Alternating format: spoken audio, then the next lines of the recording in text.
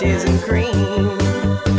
Kinda like a sugar, kinda like spices, kinda like I like what you do.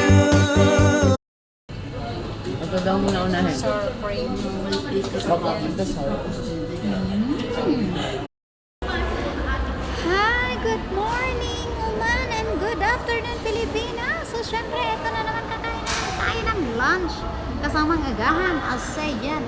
So, say hi naman dyan sa ating mga viewers. I love you guys!